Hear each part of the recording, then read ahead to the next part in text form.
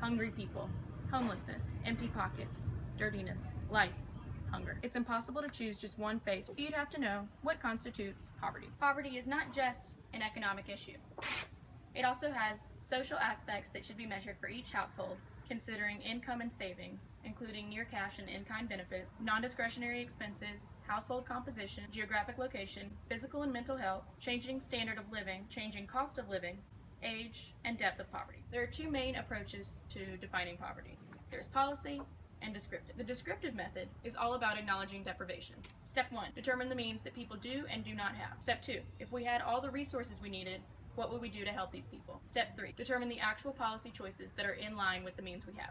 A policy approach is based on identifying the focus of public action. The steps are reversed in this case. First, making the policy, and then defining poverty as to how the policy will be able to help them. Poverty should be defined by what people do not have, not by what's easiest to measure or what the government can afford to do to help. Most people might think the obvious answer is money. If you don't have any money, you can't pay for food, or clothes, or shelter, or medical expenses, really for anything. If you have no money, you're clearly poor.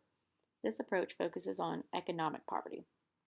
What if two people make the same amount of money, and therefore have identical incomes? But George lost part of his leg while Bob is completely healthy. Has to deal with medical expenses. This seriously dips into the money he could otherwise be spending on food and shelter. And Bob spends almost nothing on medical cost. Is George poorer than Bob? According to the income approach. Social poverty, on the other hand, focuses a little less on money and a little more on a thing called social inclusion, or being able to actively participate in society. Adam Smith, a big-time philosopher and economist of the Enlightenment era, held that being poor meant not having what was needed to be a credible member of society. Martha Nussbaum's approach on this whole poverty deal. She's a real fan of capabilities. If you were to ask her what are capabilities, she would respond by saying they are sets of possible functioning. A functioning is what a person can actively do. Nussbaum believes that humanity should share a goal for everyone to obtain at least a threshold level of the combined capabilities of life, bodily health, bodily integrity, senses, imagination and thought, emotions, practical reason, affiliation, interactions with other species, play and leisure, and control over one's political and material environment. Limits on any of these capabilities greatly limits people's functionings. Martha Nussbaum believes that a nation cannot satisfy the need for one capability by giving people a large amount of another, or even by giving them money. All are distinctive and need to be secured and protected in distinctive ways. But that's Nussbaum's list. You may agree on what she defines as essential capabilities, or you may not. That doesn't change the fact that capabilities are all about choices. They represent what each person could possibly choose to do. So you're in poverty if you do not have the choice to do certain basic things. We believe that the poverty measure should consider household income and savings, including near cash and in-kind benefits, geographic location, non-discretionary expenses, household composition, physical and mental health, changing cost of living, changing standard of living, and depth of poverty. Household income and savings. Money matters.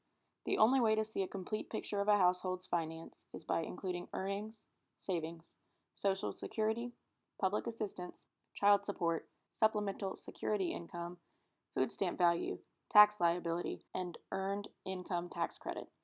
We also think it should account for in-kind and near-cash benefits like SNAP, WIC, and payroll taxes, so that a person getting food stamps would not be on the same poverty level as someone without that extra government aid when it comes to buying food. Non-discretionary expenses. Keeping a job costs money. Just think of the transportation, and for working parents, the rising cost of childcare. Since spending this kind of cash is necessary to make money in the first place, these mandatory expenses must be considered. Household composition. Members of a household pool their resources. The number of contributors and dependents sharing these resources matters. Legally defining a family can get messy. Easy to use the legally related, such as by blood or by marriage, but then there are foster children and cohabitating unmarried couples and friends living together, and just how do you classify your mom's Uncle Alan who moved in last month? So we prefer to measure poverty using households, rather than families as a unit of analysis, because, as said by Mayer, poverty is closely tied to the education and employment levels of the primary person in the unit. It is much harder to provide for yourself and the household with insufficient education because most well-paying jobs require higher education. Physical and mental health and age. This has to do primarily with medical costs, but there's more to it than just that. Sen said that sometimes the same handicap, such as age or disability or illness, that reduce one's ability to earn income can also make it harder to convert income into capability. For example, older people, because of their age, cannot work, but those years also give them higher medical costs, including a greater susceptibility to illness and difficulty achieving mobility that can bar their obtaining of the bare necessities. Poverty measures should adjust with the changes in the cost of living. Gallons of gas, hamburgers, clothing, almost everything is more expensive than it used to be. Mortgage interest rates fluctuate, as do real estate prices. We should use the CPI, or the Consumer Price Index, and interest rates as a factor in determining poverty. Changing standard of living. More things become basic necessities as humanity progresses. Adjusting the definition of poverty based on changing standards of living is called a relative measure. A relative measure, which is commonly used in Europe, holds that people are poor if their society considers them to be poor. In contrast, an absolute measure has a consistent list of bare necessities that one would need to live a sufficient life without updating it as time progresses, and considers anyone without those things poor.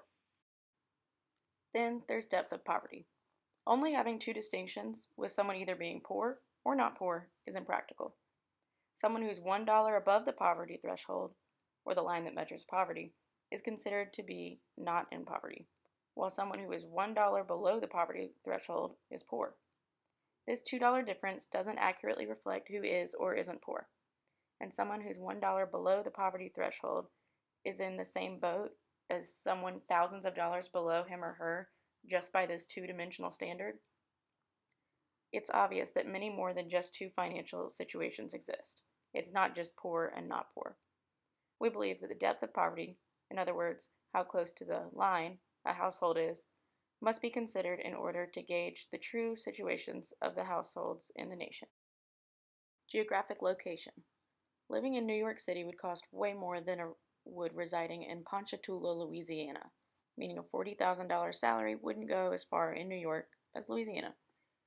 It's important that poverty measures take this into consideration. Ready? Because I'm going to start throwing some letters at you. First, the O, P, M. The official poverty measure. Once upon a time, Molly Orshansky of the Social Security Administration, the S, A, saw that the modest families spent about 1/3 of their income on food. Orshansky took the USDA's Economy Food Plan, or Lowest Food Cost Plan, and multiplied it by 3 to set the United States' official poverty threshold, or the FPT. Each year since its 1969 debut, the OPM adjusted for the cost of living. Threshold was adjusted for family size, composition, and the age of the householder. OPM is still out of date. Now food is cheap, so now only about 1/6 or 1/10 of a family's expenses is on food. Geographical differences in pricing, non-discretionary expenses, medical costs, and the changing standard of living are not accounted for in the OPM. But as economist John Iceland has pointed out, thanks to the OPM being an absolute measure, it has achieved a level of consensus that no other measure in the United States can claim. And here's another system with a few more letters. The SPM, or the Supplemental Poverty Measure, is conducted by the National Research Council of the National Academy of Science. The NAS partly came up with the SPM to see if the government programs were working. The SPM does account for a lot of what the OPM missed, but unlike the OPM, the SPM does not adjust its poverty threshold for the age of the householder. We think that poverty should be measured by capabilities. All central capabilities, from nourishment to education to control over one's environment, can be bought with money. The OPM and the SPM measure that. We don't just want to consider the money aspect. We want to look at health, geographic location, proximity to community programs, age, gender. Education, these aspects of a household that determines what it can spend its money on. Gathering all of this information would be difficult. And yes, counting all of these factors while measuring poverty might lead to statistics with higher percentages. But please understand that there's no automatic jump from our measuring of poverty to the government. And ways to address poverty? Well, that would take an entirely different video. Right now, we're just looking at measurement, and we believe that people's choices, or lack of them, matter. Because to us, leading a dignified life is not the same thing as solely existing.